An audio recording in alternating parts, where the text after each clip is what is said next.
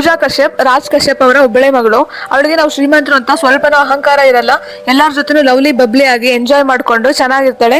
ಅವಳಿಗೆ ಒಂದಿನ car accident ಆಗುತ್ತೆ. ಅವಾಗ ಒಬ್ಬ ಹುಡುಗ ಅವಳನ್ನ ಸೇವ್ ಮಾಡಿ ಹಾಸ್ಪಿಟಲ್ಗೆ ಜಾಯಿನ್ ಮಾಡಿಸಿ ಬಿಲ್ ಪೇ ಮಾಡಿ ಬ್ಲಡ್ ಕೊಟ್ಟು ಅವಳ ಜೀವ ಉಳಿಸಿರ್ತಾನೆ. ಅವಳು ಆ ಹುಡುಗನ ಒಂದು ಹೋಟೆಲಲ್ಲಿ ವೇಟರ್ ಆಗಿ ಕೆಲಸ ಮಾಡ್ತಿರೋದನ್ನ ನೋಡಿ ಅವಳು ಅವನ ಜೊತೆ ಕ್ಲೋಸ್ ಆಗಬೇಕು ಅಂತ ಅದೇ ಹೋಟೆಲ್ಗೆ ವೇಟರ್ ಆಗಿ ಇವಳು ಜಾಯಿನ್ ಆಗ್ತಾಳೆ. ಅವರಿಬ್ರು ಫ್ರೆಂಡ್ಸ್ ಆಗ್ತಾರೆ. ನೆಕ್ಸ್ಟ್ ಫುಲ್ಲು ಪ್ರೀತಿಯಿಂದ ಲವರ್ಸ್ ಆಗ್ಬಿಡ್ತಾರೆ.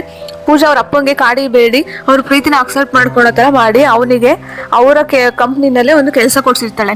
ಎಲ್ಲ ನಾರ್ಮಲ್ ಆಗಿರುತ್ತೆ. ಒಂದಿನ ಪೂಜಾ ಟ್ರಿಪ್ಗೋಸ್ಕೊಂಡು ವಾಪಸ್ ಬಂದಾಗ ಅವಳಿಗೊಂದು ಶಾಕಿಂಗ್ ನ್ಯೂಸ್ ಕಾಯ್ತಿರುತ್ತೆ. ಅವ್ರ ಅಪ್ಪನ hit and run car accident ಕೇಸಲ್ಲಿ ಜೈಲಿಗೆ ಹಾಕಿದ್ದಾರೆ ಅಂತ. ಅದು 20 ವರ್ಷದ ಹಿಂದಿನ ಕತೆ. ಅದರಲ್ಲಿ ಇಬ್ರು ಗಂಡ ಹೆಂಡತಿ ಸತ್ತೋಗಿರ್ತಾರೆ. ಅವ್ರು ಬೇರೆ ಯಾರು ಅಲ್ಲ, ಇವಳ ಲವರ್ ಅರ್ಜುನ್ ಅವರ ತಂದೆ ತಾಯಿ. ಈಗ ಅವ್ರ ಅಪ್ಪನ ಜೈಲಿಗೆ ಕಳಿಸಿರೋದು ಅರ್ಜುನೇ ಅಂತ ಇವಳಿಗೆ ಗೊತ್ತಾಗುತ್ತೆ. ಹಂಗಾಗಿ ಅರ್ಜುನ್ ಹುಡುಕೊಂಡು ಅರ್ಜುನ್ ಇರೋ ಒಂದು ಹಾಸ್ಪಿಟಲ್ಗೆ ಹೋಗಿರ್ತಾಳೆ. ಅರ್ಜುನ್ ಅಲ್ಲೇ ಅವ್ನ ಫ್ರೆಂಡನ್ನ ಮೀಟ್ ಮಾಡೋಕ್ಕೆ ಅಂತ ಹೋಗಿರ್ತಾನೆ ಹಾಸ್ಪಿಟಲ್ಗೆ. ಅವ್ರ ಫ್ರೆಂಡು ಇವಳಿಗೆ ಅರ್ಜುನ್ಗೆ ಹೇಳ್ತಿರ್ತಾನೆ, ನೀನು ಸೇರ್ ತಿರ್ಸ್ಕೊಂಡು ಆಯ್ತಲ್ಲ, ಈಗ ಪೂಜಾನ ಬಿಟ್ಟಾಕ್ಬಿಡು, ನಾವಿಬ್ರು ಬೇಗ ಮದುವೆ ಆಗೋಣ. ಅವಾಗ ನೀನು ಅವಳ ಜೊತೆ ಮಲಗೋದು ಮತ್ತೆ ಅಸಹ್ಯ ಪಡ್ಕೊಳ್ಳೋದು ಪ್ರೀತಿ ನಾಟಕ ಮಾಡೋದು ಎಲ್ಲ ತಪ್ಪುತ್ತೆ ಅಂದಾಗ ಪೂಜಂಗೆ ಅವಳು ಪ್ರಪಂಚನೇ ಮೇಲೆ ಕೆಳಗೆ ಬಿದ್ದಾಗಿರೋ ಥರ ಫೀಲಿಂಗು. ಹುಚ್ಚಿ ಥರ ಕಿರ್ಚಿ ಅಲ್ಲೇ ತಲೆ ತಿರುಗಿ ಬಿದ್ದೋಗ್ಬಿಡ್ತಾಳೆ. ಪೂಜಂಗೆ ಎಚ್ಚರ ಆದಾಗ ಅಲ್ಲಿ ಅರ್ಜುನ್ ಕೂತಿರ್ತಾನೆ.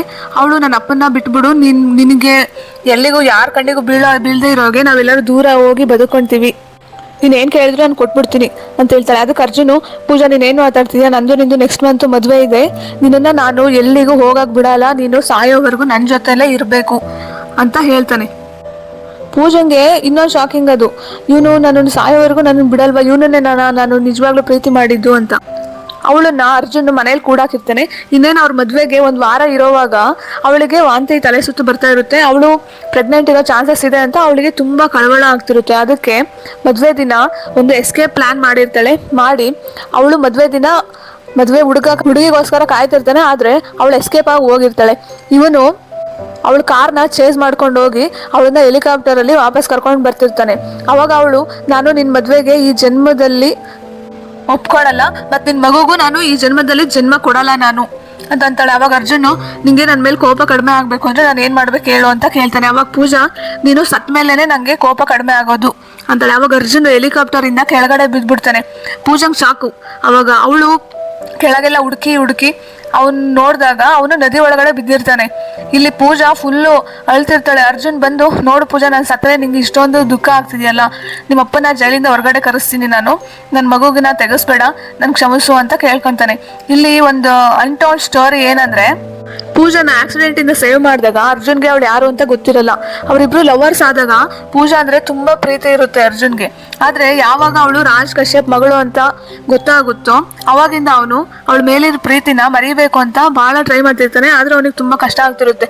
ಕೊನೆಗೆ ಅವಳು ನನ್ನ ದ್ವೇಷ ಮಾಡಿದ್ರೂ ಪರವಾಗಿಲ್ಲ, ಅವಳು ಯಾವಾಗಲೂ ನನ್ನ ಜೊತೆಲೇ ಇರಬೇಕು ಅಂತ ಅವನು ಡಿಸೈಡ್ ಮಾಡಿ ಹೀಗೆಲ್ಲ ಮಾಡ್ತಿರ್ತಾನೆ. ಆದರೆ ಈಗ ಅವ್ರ ಮಗು ಇರೋದ್ರಿಂದ ಅವನಿಗೆ ಭಯ ಆಗ್ತಿರುತ್ತೆ, ಎಲ್ಲಿ ಪೂಜಾ ಮಗುನ ದ್ವೇಷ ಮಾಡ್ತಾಳೋ ಅಂತ. ಹಂಗಾಗಿ ಅವಳ ಹತ್ರ ಕ್ಷಮೆ ಕೇಳ್ತಾನೆ. ನೆಕ್ಸ್ಟ್ 2 ಡೇಸ್ ಮನೆ ಹೊರಗಡೆ ಮಂಡಿ ಊರಿಗೆ ಕೂತ್ಕೊಂಡವನು, ಪೂಜಾ ನಂಗೆ ಕ್ಷಮಿಸ್ಬಿಡು ಅಂತ ಕೇಳ್ಕೊಂಡಿರ್ತಾನೆ.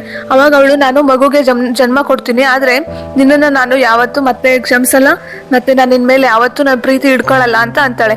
ಹಂಗೆ ಮಗು ಹುಟ್ಟುತ್ತೆ. ಆ ಮಗು ಇಬ್ಬರ ಮಧ್ಯೆ ಬ್ರಿಡ್ಜ್ ಆಗಿ ಪ್ರೀತಿ ಸೇತುವೆ ಥರ ಆಗುತ್ತೆ.